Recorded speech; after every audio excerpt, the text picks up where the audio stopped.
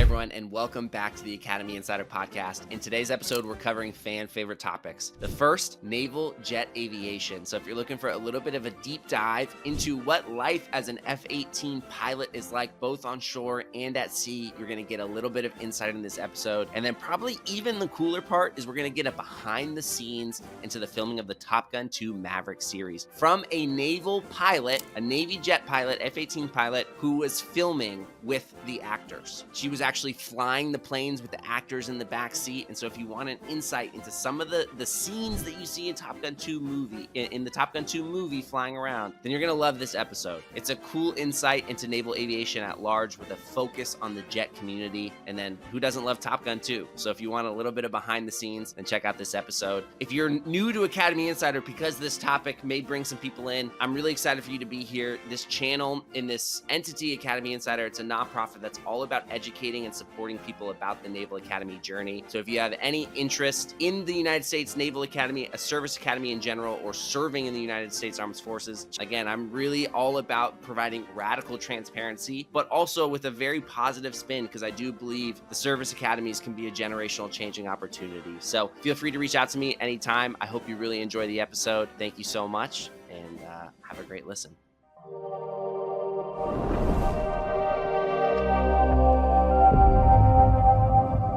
The Academy Insider Podcast is sponsored by the Vermeer Group, a residential real estate company that serves the United States Naval Academy community and other select clientele in both California and Texas. If I can ever answer a real estate related question for you or connect you with a trusted Academy affiliated agent in the market which you're in, please reach out to me directly at grant@thevermeergroup.com. You can also reach out to me on my LinkedIn page, Grant Vermeer, and I'd be happy to respond to you there. Thank you so much. And now let's get back to the episode. Hey everyone, and welcome back to the Academy Insider Podcast. Amy, thank you so much for taking the time to join us today and sharing a little bit of your insight about being a jet pilot, but also a fun little caveat to that, which is your experience in relation to the Top Gun 2 Maverick movie. So we're going to dive all into that. But before we do get started, if you don't mind, just telling the Academy Insider audience, again, a little bit about you, where you're from, how you ended up at the Academy, what you did in the Navy, and now currently where you're at. No, yeah, thanks, Grant, for having me. I really appreciate it. So, like you said, I got out of the Navy in 2022. I'm Lieutenant Commander Amy Heflin, callsign Bacon. I grew up in West Texas, so in Lubbock, Texas, and I just grew up around aviation and the Blue Angels and the Thunderbirds came out to Lubbock all the time when I was growing up, and that just really set that seed. And then also growing up near in West Texas, we grew up near the Air Force Academy. So kind of got to know a little bit about the service academies and what they had to offer. Next thing you know, attended summer seminar, fell in love with the Naval Academy. My brother is 2 years ahead of me at the Naval Academy, so I knew a little bit more than others did going into it, and that's kind of where that took off from. So, class of 2011, and then from there went into the Naval Aviation pipeline. So I became a jet pilot, flew the F-18 Echoes in the fleet, and I was stationed out in Japan. Very cool. And did you know at the Academy, did you know that you wanted to be a pilot first off, or like what was, getting and arriving at that spot that you knew aviation was the key? It sounds like, again, a big part of your growing up. So I assume the answer is yes. But then from that point was it also always jets, or were you interested in kind of doing a P3 or a helicopter route? And what was your pathway to flying jets? So it was a bit of a roller coaster actually, because I knew that I wanted to go to the service academy. I thought I knew I wanted to fly jets, and I got there plebe year, and I had this, I guess, realization. I was like, I want to serve the sailors, and I thought, to me, all of a sudden, being a pilot sounded like so selfish. It sounded like you just get in a jet and you take off and you do all these cool things. But I wanted to serve with sailors, and so I thought for a moment, I was like, I'm going to go be a SWO, and I'm going to drive boats, and I'm going to lead sailors. Thankfully, through the summer training, I did like a YP cruise. I was on board the USS Whidbey Island for a month during my youngster summer, and I realized I just had as much passion as I had for leading sailors and wanting to be a part of that. I had zero passion for like living Driving on a a boat full time and driving a ship. Yeah. Um, so thankfully I came back to the aviation side of house. I decided, maybe becoming a helicopter pilot sounded really cool because I wanted to be a SAR pilot. I thought that was a was kind of a noble endeavor and something that sounded really interesting. And Mhm. again, thankfully, I had a aviation cruise first year or first summer leading into first year, and I was with a helicopter squadron, and just everything just kept driving me back to fixed wing jet aviation, and I just realized I did not have that drive for helicopter aviation. But again, thanks to summer training, I learned that aviation is not just flying jets, flying helicopters. You are still leading sailors. You're still in the trenches. You still have ground jobs, just like everybody else. And so it allowed me to realize all that was melding together back towards jet aviation. Absolutely. And when you make that decision in your own mind, like, hey, I want to fly jets, but if there's a perspective, like there's a high school student out there who's really interested in the aviation pipeline, is it more than just your desire to fly jets? Kind of what's the decision making process or the factors that go into what platform you're actually going to fly, during your time as a student naval aviator? What is that pipeline to arriving there? It is. It's there's so much that goes into it. And like anything in the Navy, a lot of it's timing. So Sure. you have to arrive in the pipeline when jet pilots are needed. I mean, I would say right now we're kind of at a point where jet pilots are needed. So now is a good time. But you go into the pipeline and you just from day one, you need to be studying. You need to make the grades because what they do is they assign you an NSS, a Navy standard score, and it's on a bell curve, and just like anything else we do at the academy or in school in general, is you're ranked against your peers. And so if you want to go jet aviation and you want to have your first pick, you need to have the best ranking you possibly can because they're only going to take so many. One Yeah. 100%. I thought that piece was super interesting. It's a conversation I've had. So my wife is also a pilot, right? And it's Hmm. it's really interesting how many student naval aviators will do the Pensacola experience differently, right? Like there are Yes. some people who are quite literally like, I'm locking myself in that building and like being top of my class in flight school is like that is my end all be all goal. There's other people who are like, yeah, I just want to fly and like and have a good time. And it's very serious because you get there, and I was a nerd. I locked myself in the room in Pensacola. I went out on a couple weekends and enjoyed myself, but I locked myself down and I studied my rear end off. Some of my buddies at the time did not, and what we found out was this doesn't always happen. It doesn't happen every year, but sometimes the Navy has to go, we have too many pilots. So here's this NSS, and if you don't meet this score, you're transitioning back to another career choice. And I had a couple buddies go through that process, and it was very difficult. Yeah, not ideal, not ideal. Yeah, it's a good story. It's a good anecdote in taking it seriously. Got to Seriously. take it seriously. And then, you had mentioned kind of earlier in this decision making process how I kind of want to go maybe think about SWO because I really want to lead sailors, and you started to discover you do get that aspect in the aviation community as well. Before we even jump into the fun of the movie stuff, do you mind just talking about, again, being an F-18 pilot and what some of the really awesome parts were? Like from the day to day, whether it be, again, deployment, your actual schedule, the work life aspect. What were some of the amazing parts of being a jet pilot? Yeah. So right out of the gate, with all things Navy, you obviously Mhm. travel and you get to see the Yep. world, you get to do all those things. And so one of the coolest, but probably most frantic times in my life was when I found out that I was getting selected to go fly the Echoes out of Japan. And so Mhm. what they do is you qualify on the boat. If you qualify what they call Pri A, so now you're in a position that you could get selected to either immediately deploy or go to one of our FDNF squadrons, so forward deployed naval forces, those that are attached to the carriers that are in Japan. So I happen to qualify for that, and they're like, all right, you have 10 days to be in Japan. Sure. Pack up all your stuff and go because the carrier's about to leave, and this qual that you have at the boat only lasts so long before you need to be landing on the boat again. I was like, okay. So frantically call my family, come out here, help me pack up. They did, and my mom is a rock star, did an amazing job getting me packed up. But literally in 10 days, I went from being a student naval aviator, just Mhm. finishing learning how to fly the F-18, to climbing Yeah. Mount Suribachi in Iwo Jima with a bunch Yeah. of my sailors that I just met. And it was Mhm. like the craziest experience to be like looking out over the beach, that the Marines stormed. And so those types of experiences you will not get and it's so much fun.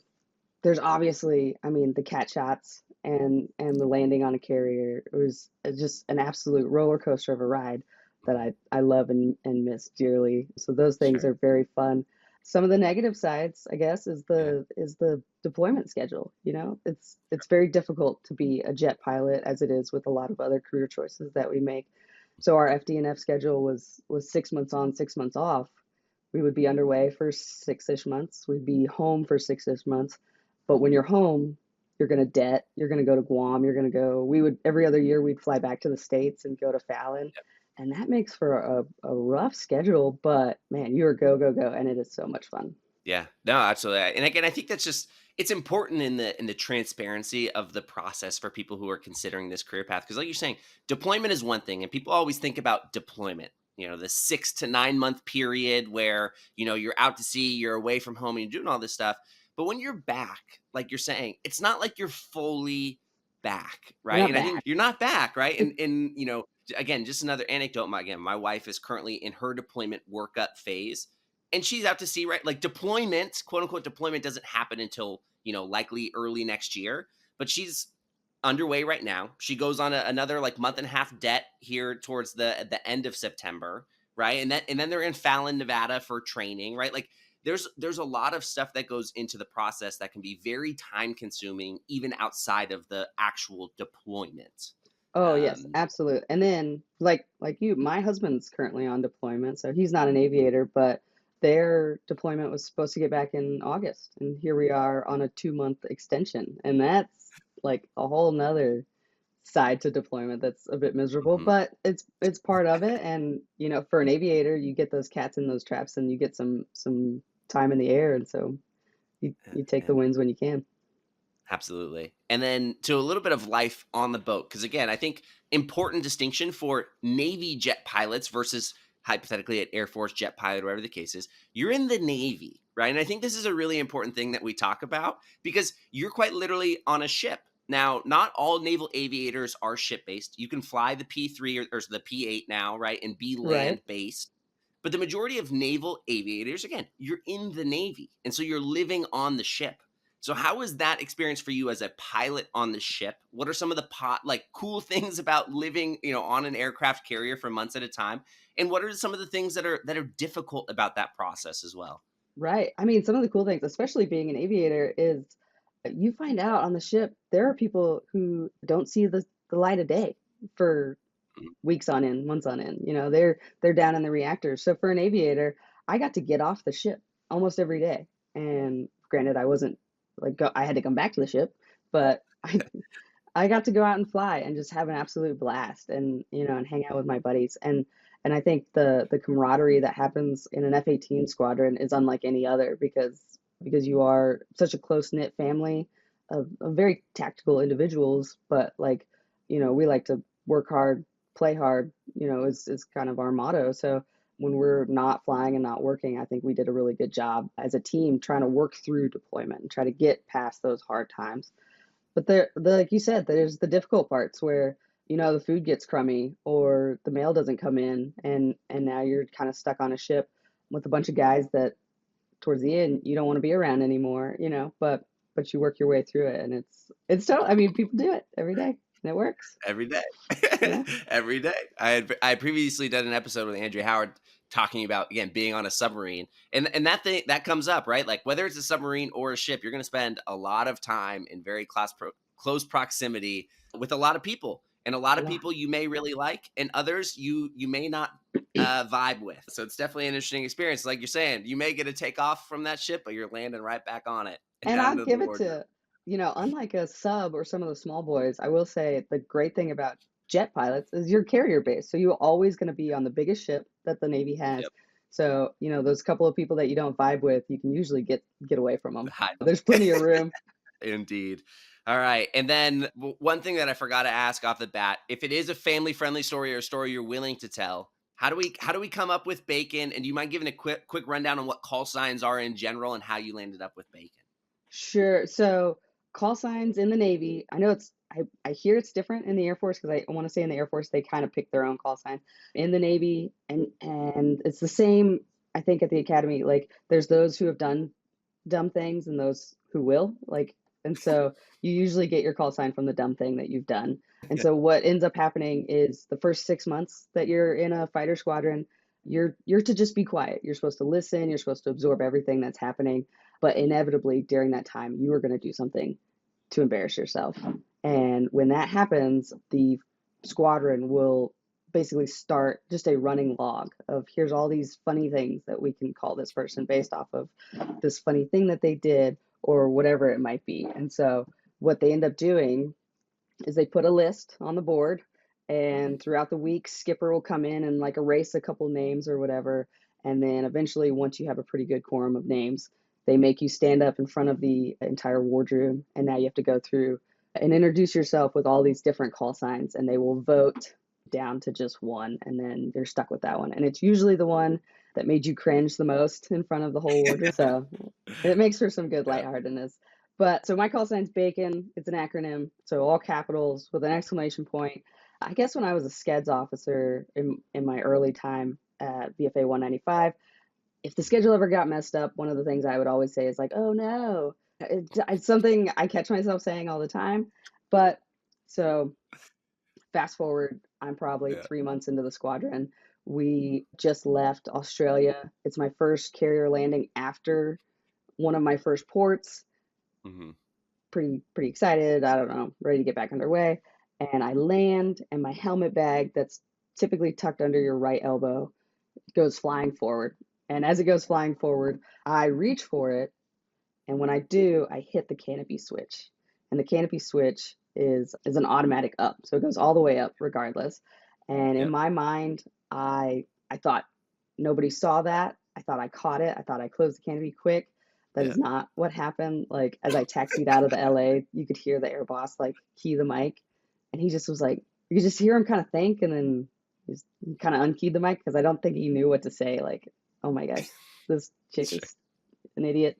So as I taxied free, got out of the jet, nobody said anything. When I got into the ready room, they had the cameras because there's cameras all over the carrier. They had Mhm. cameras that all watched my aircraft, and you can just see my canopy raise right as I'm coming to a stop, and my hands go up like I don't know what just happened. Like I just totally brain fart where the switch was. It was a long time that the canopy was up. So I finally get it closed. So it stands for bag actuates canopy. Oh no. There it is. And there lives bacon. And I think that's kind of been my biggest realization now too. Because again, I wasn't an aviator, so I wasn't fully in tune with that. Is how many of the call signs really are acronyms? Like you hear these call signs and you're like, oh, did she eat a lot of bacon or something? And it's like, no, I think again, a lot of times it is quite literally an acronym, right? I There's a heard some lot like of funny ones acronyms. the other day, right? Like there's one I heard the other day, like ham, right? Which ended up being like they called him the human AI machine because he was just like very robotic, right? Like there are a lot of a lot of things that a lot of these call signs are quite literally just an acronym for Right. something that's going on, right? And so Right. it's always a good insight. Well, I appreciate you sharing that. I Yeah, appreciate you sharing absolutely. and okay, at the time of or after the time of your sea tour, you're getting ready to rotate to again what we'll call a shore tour in the aviation community, and you go back to the FRS. Do you mind explaining what the FRS is? What like again what that means in the world of pilots, and what made you want to go to that tour, which will again kind of lead into the fun aspect of this episode. Right, absolutely. So as you're going through the pipeline to become a naval aviator, you're going to start out with some of the smaller aircraft. You start off with Cessnas, then you go to a T6. If you're going through the jet platform, you'll end up in the T45, and that's either in Meridian or Kingsville. And then from there, as a student naval aviator, you've got your wings. Now it's time to learn how to fly the F-18 and to be kind of that big boy, big girl pilot. So they send you to either one of technically three places. They either send you to Oceana, Lemoore, or they can send you up to Whidbey if you're going to end up being a growler pilot. And that is where we have the FRS, the Fleet Replacement Squadrons. So we are going to train new, freshly winged aviators how to first time fly. In Lemoore, we have an FRS for the F-18 as well as an FRS for the F-35. And so it is it is a squadron full of first time shore tour instructors. So you're going to have a whole bunch of aviators that just finished their first underway. They've come back and they're learning how to instruct. You have a full cadre of department heads, and then it's going to be headed up by a commander or a captain. And our job is to walk brand new students from never having touched an F-18 all the way through the FAM, strike, and fighter phases of flight. And we're going to teach them eventually how to land at the boat and then send them on their way to ultimately be our replacements, be the ones who fill the shoes that we left behind. Absolutely. And if anyone hasn't listened yet to the episode that I recorded with Sarah Riley about the classroom experience, I talk about how the Naval Academy and the Navy a lot of times brings back people from immediately after their operational tour in the fleet and puts them in instructor roles. Now, obviously, the Naval Academy is quite literally an academic instruction, but a lot of times, even like we see out in the fleet, they take a lot of people who are fresh off operational tours to come back and instruct to provide that like direct fleet experience, right? Like you're Right. saying, you came off deployment, you just flew the missions, and now you're back and teaching. And I think it's a really cool aspect of the process. Right, because who's better to teach than those who literally were just in it? I mean, you start to realize in naval aviation that, especially in some of our older, you get into lieutenant commanders and commanders, they go off to schools, they go get their master's degrees, they go do things like that, and then they come back and they don't necessarily have that immediate fleet experience of like what's happening in the world right now. And sometimes they have to get schooled back up by aviators who also just came off deployment, who are younger than them, and that's just part of the whole package. Sure. 100%. And so while you're there, now you're an instructor at the FRS, and you find out that there's a little film that's being worked on and produced, and that is Top Gun 2 Maverick. How'd you end up? And so again, I'm just gonna turn this over to you for everyone who's listening. You ended up being a part of the film, quite literally being one of the pilots who flew with the actors in the back seat. And so I'm just gonna pass it over to you now. Of like, hey, you're at the FRS. That's the end state. What happens in between? Like, how do you get approached about that? How do you get picked? How do you get selected? How does that happen? And yeah, can you just explain that process of being involved with quite literally the filming of Top Gun 2? Yeah, it goes back to right time, right place, like all things in the Navy. So I had heard rumors that the film was going to be taking place. We had heard rumors that it's all these rumors that it's going to happen in Lemoore. And one day I pull up and I park and I'm going into the squadron and there's a big white van outside that has Paramount plastered on the side. And I was like, oh, like it's happening. So I go upstairs and, I was going about kind of my normal day. And my department head at the time, who was the safety officer, was like, hey, you're brand new, trained from ASO school, from aviation safety officer school. I need you to do nothing else but to go downstairs and to make sure Paramount doesn't break our jet. We gave them a jet to work on to figure out how these cameras are going to work, and I just need you to make sure nobody falls off of it. I need you to make sure they don't break anything. So for weeks, that's what we did. Was we would station either myself or a couple other aviators just kind of outside of where Paramount was working, and we would help them open the canopy or get a B stand, which is one of our ladders, so they could climb on top a little bit easier. I think they eventually, I think at first they saw us as a hindrance because there's nothing like having some safety officer stand there and like pick at you for Sure. not wearing your helmet. But eventually they saw us as kind of an opportunity. So there's a couple of pictures of me like sitting in the aircraft, kind of showing them like this is where my head would be if I was like sitting in the airplane. And so I got to work with the camera crew a lot in Mhm. that aspect. And that was in like August of 2018 or 19. And that was so much fun. But then they left and they left for a whole year. And we kind of thought like, well, that was kind of weird. I guess they're gone. Sure. Well, come to find out what they were doing was they took the cameras back to Nav Air and to Big Navy and said, "Hey, here's our cameras, test them out." And so Big Navy had to basically say like they had to test the ejections with these cameras. They had to make sure the cameras could withhold the G's that we were going to put them under, because the last thing Mhm. you need is this giant camera set like falling into an actor's lap and then them having to eject and like it just turning into a big mess. Sure. So, okay, they fast forward a year, they got all that certified, good to go. They got a couple jets, they were able to install their computer or their camera systems, and now Mhm. they start flying. And they had done quite a good bit of flying before I was ever involved. And so when they came out to Lemoore, Paramount said they obviously want to have a minimal amount of impact on fleet aviators because the fleet's busy. The fleet's getting ready for deployment, they're getting ready for workups, whatever it may be. So where better to go than the instructors of the FRS, who Mhm. we're shore based, we have a little bit extra time on our hands, we could help them get through these flights. So they came to the FRS and they requested a couple of aviators. Our skipper had put out a rule that as an instructor, if you were going to participate in the filming of the movie, you had to be fully qualified as an Mhm. instructor. We have three main phases. So Yep. I was literally in Key West qualifying on my final phase. And I guess my opso texted skipper, yep, she's done. She's qualified.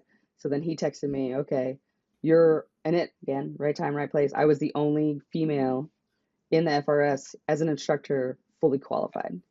So Mhm. they were like, if you would like this opportunity, Paramount wants a female because if there's a female aviator in the movie, why not have a real female flying her? So So flew at that back from, point, are you like partnered? Are you like partnered with Phoenix then? So is that their goal? Like, are you flying Monica? Like, or like right. how's that So working? And what's your relationship with them? I thought that's how it was going to be because when I got back Mhm. from Key West, Skipper kind of gave me this like you're going to go meet Monica and she's going to kind of interview you, and I thought it was this whole I'm going to have to like get like be interviewed by her and like be accepted as her pilot. But she is such an amazing individual. I just walked up, we started chatting. She was like, "I'm just so excited to get in this jet. Like this is going to be so much fun." I was somewhat partnered with Phoenix because it was easier for them to do my hair and makeup and to get the same shots at the same time. I flew Okay. with Bob, and then every once in a while, if they needed another aviator in the back seat, they could throw somebody else in the back as required, and they would just continue to get backseat, I guess, kind of backseat looking forward shots of the back of my head. And then we also had a couple jets that didn't have or that had external cameras. So we did some flights where we wore our normal helmets. We didn't get all dressed up, but we flew some external camera shots. That was fun. Yeah. And so just to kind of almost restating in different forms then. So the actors are quite literally in the plane. Like when we're watching Top Gun 2, none of this is in a simulator, none of this is kind of in a set thing. Like these actors are quite literally in the jets, like in the back seat with you flying. And like these scenes that we're seeing and these facial expressions that are being made and faces being disformed from G's, like those are real. Those are all real. Absolutely. My understanding is that Tom Cruise put together like a little aviation school for them to all go through. So they did amazing when it came to like not getting airsick or anything like Mhm. that. But yes, we were outfitted with Foxtrots, so two-seat aircraft. They would put obviously the Navy pilot in the front because that's where all the there's the rumor that Tom Cruise wanted to actually fly the thing. And that's true. I mean, he did wanted to actually fly an F-18, but there's too many switches and there's too many safety controls up front that we needed an actual Navy aviator up front, and then we would throw the actor in the back.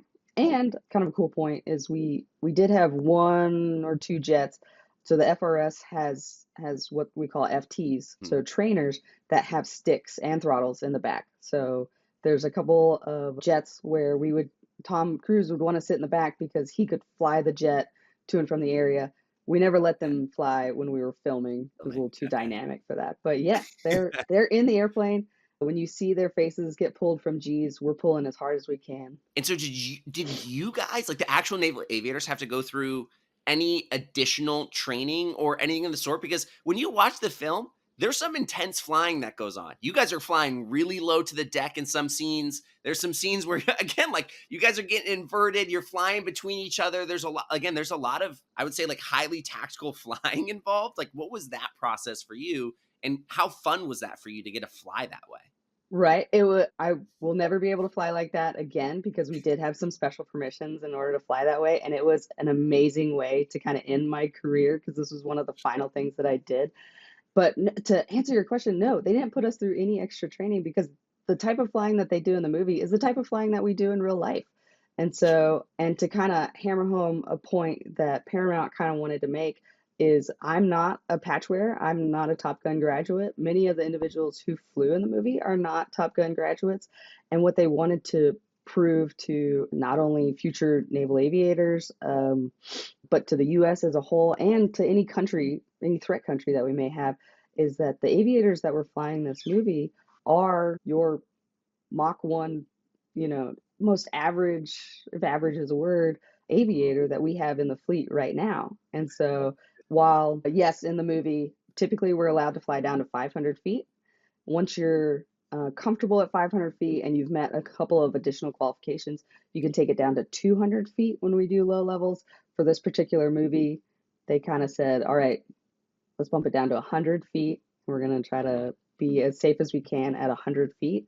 But yeah, that's all us. And that is all Yeah. real flying. I'll say the CGI as far as how low we are is that's all real.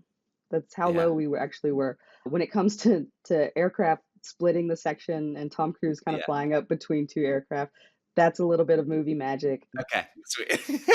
I was Yeah. I was wondering about that scene specifically. I was like, that's crazy.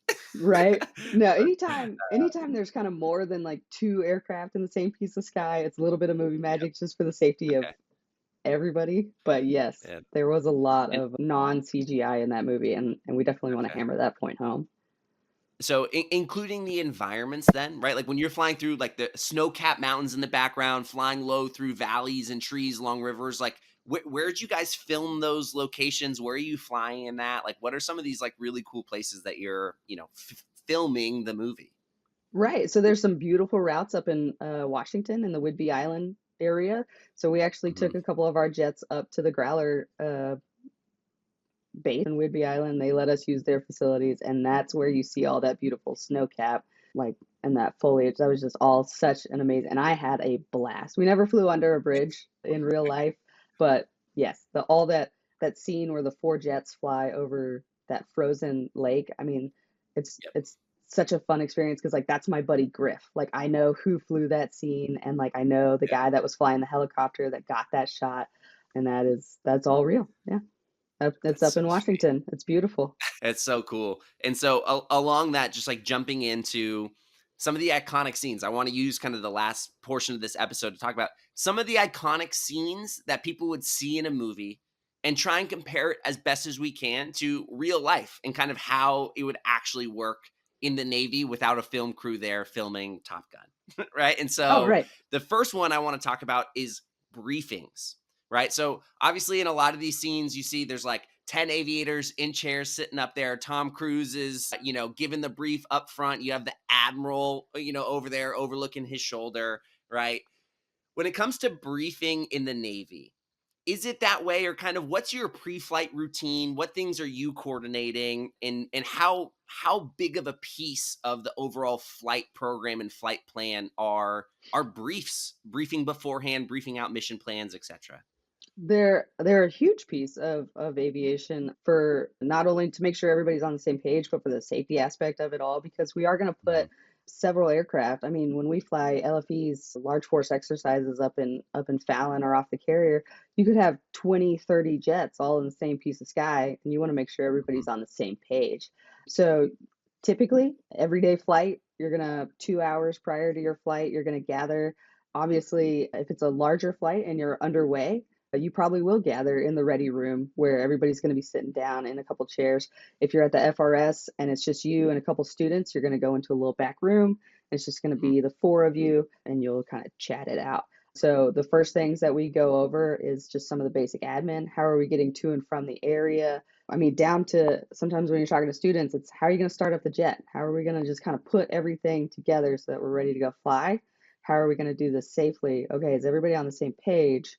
Perfect. Now we're going to talk about the fun stuff and what we're going to go do today and the mission and stuff like that. And that's all going to take about an hour, sometimes a little longer. And then Mhm. from there, each pilot has their own kind of process. So you have the next hour to grab a snack, put yourself together, get all your gear ready, and now we're going to go downstairs. We're going to talk to maintenance. We're going to put on our G suit and our harness. We're going to get our helmets, and then we're going to go out Mhm. to the jet and start it up. So, That's so cool. And so yeah. when it now integrating it even into the movie, what were the briefings like before filming the scenes of these briefings? Because now you're incorporating a film crew, now you're incorporating actors, but I'm sure the Navy needs a say too? Like, did Tom Cruise and Navy boss ever get in like a little bit of a, hey Tom, you can't do that? Like, what's So kind of the dynamic there in the whole thing? yeah, so it was a lot of fun, and it was totally different, a little bit backwards from what we do in real life. My days started off with hair and makeup, which was totally unheard of because they had to give me a dark kind of bun. They had to kind of give me a spray tan because Monica's a lot darker than I am. So I would start probably about 3 to 4 hours before the flight in hair and makeup. And then we Mhm. would go and we would sit in a giant room with this kind of U-shaped table, and each actor would sit next to their pilot, and Tom would stand up there and give what lines we're going to go over and kind of what scene we were going to go over. And looking back on it now, I realized he did it in a way that never gave any secrets away. And I don't know if that was intentional or not, because like I never knew that Iceman ended up dying or anything like that. Sure. But yeah, so he would give the overall what lines we're going to cover, what the flight should look like. He would always say how much he wanted to push the pilots, how, he would kind of give us the how far he'd like to go. And Sure. then we had a captain with us who was kind of our liaison between the Navy and Paramount. His call sign was Ferg, so Captain Brian Ferguson. And he was amazing because after that brief with Tom, he would say, "All right, if you're not a naval aviator, get out of the room." And he would Yeah. give us an official, here's the safety brief, here's the admin brief, and then I know what Tom said, but here's what we're gonna do. And if he has any problem with that, I'll talk to him. Oh man, that's so cool. All right. I mean, what a cool behind the scenes, right? And in that process, while you're sitting in these briefs with the actors and doing all these things, are you able to build a relationship with them, or are they so locked into filming that's all they care about, or are they interested and intrigued about truly naval aviation? Like, how much are they asking you questions? How inquisitive are they into the life of an aviator? And again, specifically for Monica, to you, again, being, because in the film, quite literally, she's the only female aviator, right? She's the only Right. woman who's flying in this thing. How much of that is incorporated? How much is she talking to you about that experience? And what is your experience in that realm as, again, likely being one of few women in a squadron that is primarily men? Right. Monica and all the actors did an amazing job of kind of knowing when we needed to kind of give each other our little bubbles. So when Tom was briefing, they were very intent on listening to exactly what he had to say. They wanted to make sure they were getting their lines and their situation all set up, because this is the first movie that I know of where the actors were basically the director, the sound guy, the cameraman, and an actor all sitting in a little tiny cockpit anytime we'd go fly. They were in control of all that. So we would let them have that little bubble. We were obviously listening to what the flight was going to be. And then prior to the flight, they would let us get into our little bubble to make sure that we're prepping what we need, because there's nothing worse than being not prepared for a Paramount flight. So we wanted to Yeah. make sure we were ready for that. But outside of those times, I mean, we had 20-minute transits out to the area and back where we're just flying straight and level, trying to get out there. And we would chat. We would chat over lunch, we would chat between flights, and they were honestly very intrigued with naval aviation and how we each got to the position that we were in, what our family lives were like, what our careers paths had been up to this point. And I like to think that with Monica, it drove some of the way that the movie actually came out, because I've heard rumors. I can't verify them in any way, but I'm under the impression that she drove a change in the script to actually minimize her romantic involvement with some of the other characters, because they didn't want to portray every female aviator as somebody who's just out there looking for a relationship. And I thought that was really cool. And that came about from her talking to the female aircrew that were working on in the movie, individuals like Dragon and myself. No, Yeah, so cool, right? And I'm really happy to hear stuff like that. Like that's it's awesome, right? From the integration and involvement of the actors, like just being genuinely great humans and trying to learn. But then also that aspect, right? It's something my wife goes through as well, and she's like, all I want to do is just show up and do my job. Like I just love flying. Like I just want to fly, right? And like I right. that's all I want people to think about is like that I'm just here to show up and fly because like that's what I want to do, fly and lead sailors, right? And so Exactly. I think that's really cool, and I love that. And so, but along the lines of socialization in the film in general, obviously there are a couple iconic scenes. One, Right. the bar, right? Like going to the bar and having everything be there, and then two, obviously the beach scene, right? This one we're playing football instead of volleyball, but we're in this spot. So I just want to ask your opinion now from the social aspect of being a naval aviator and being in a squadron. Is there a bar that bar scene is meant to replicate or is iconic in the naval aviation community? And then what are squadron events like? Do squadrons go and play football on the beach or like go do these things? Kind of what is the social aspect of being in a squadron as a naval aviator?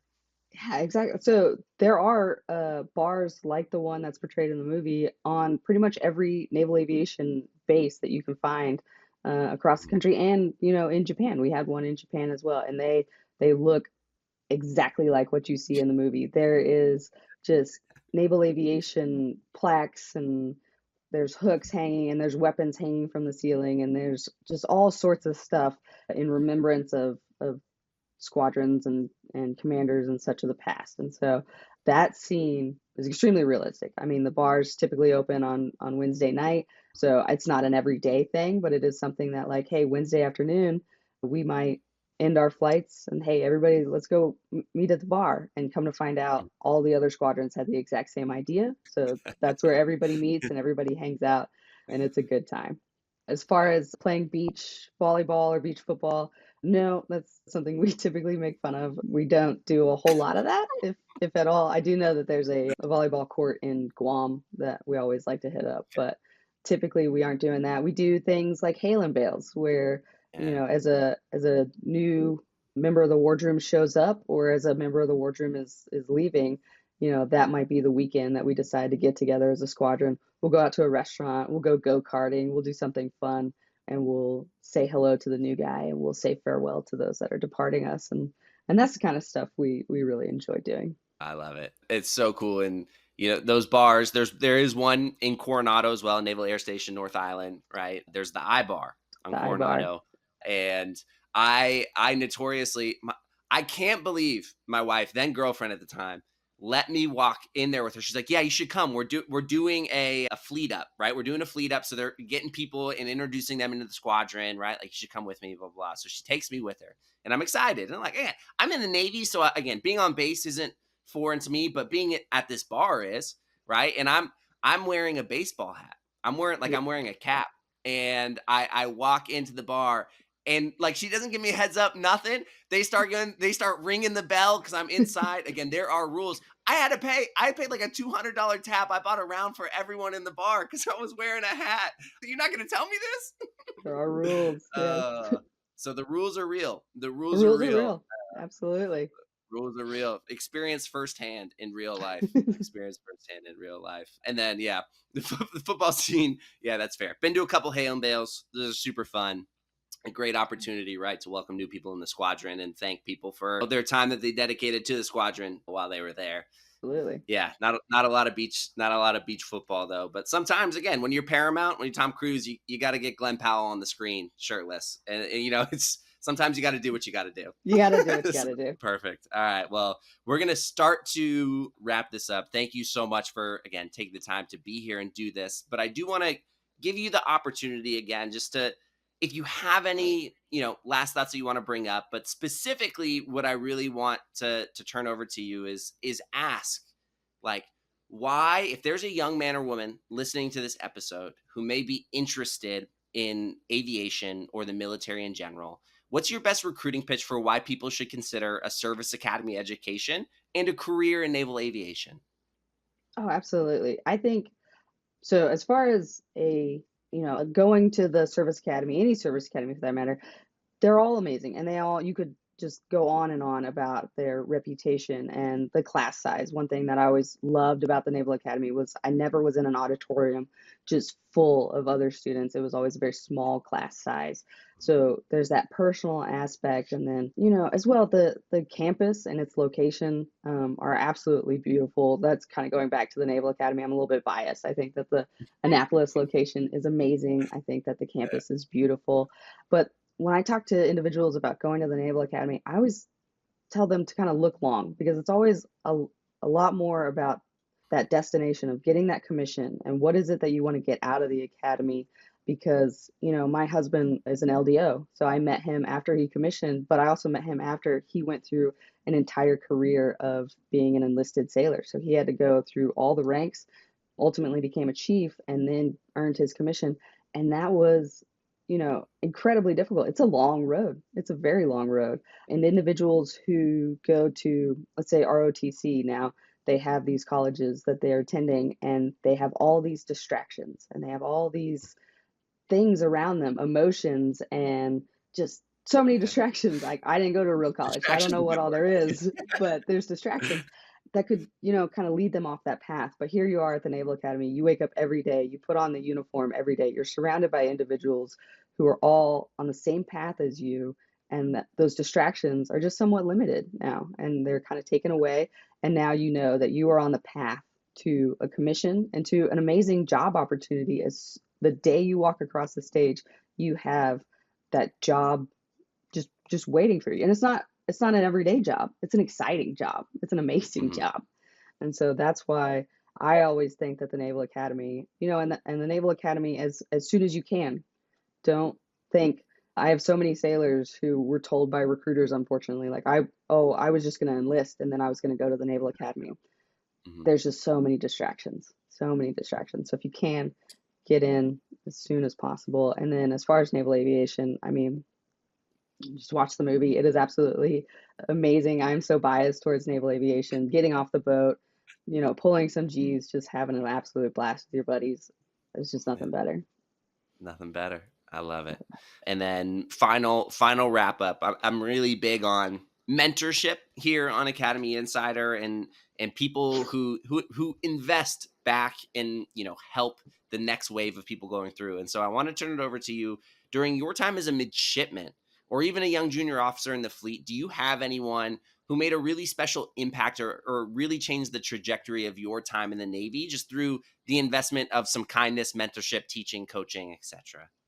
Absolutely. So, kind of going back to the fact that I was a nerd. So, I was in drum and bugle corps, and our officer leader at the time was Captain Will Dubiak, and he retired from 30 years of service, like right before I graduated. So, I was a bit sad to see him go. But, one of those things that sticks out for me, he was a naval aviator. So, anytime I talked to him, he kind of was always plugging that go naval aviation. He was the commander of a VAW squadron. So, it wasn't jets, but it was carrier aviation. So he always kind of had those plugs as well.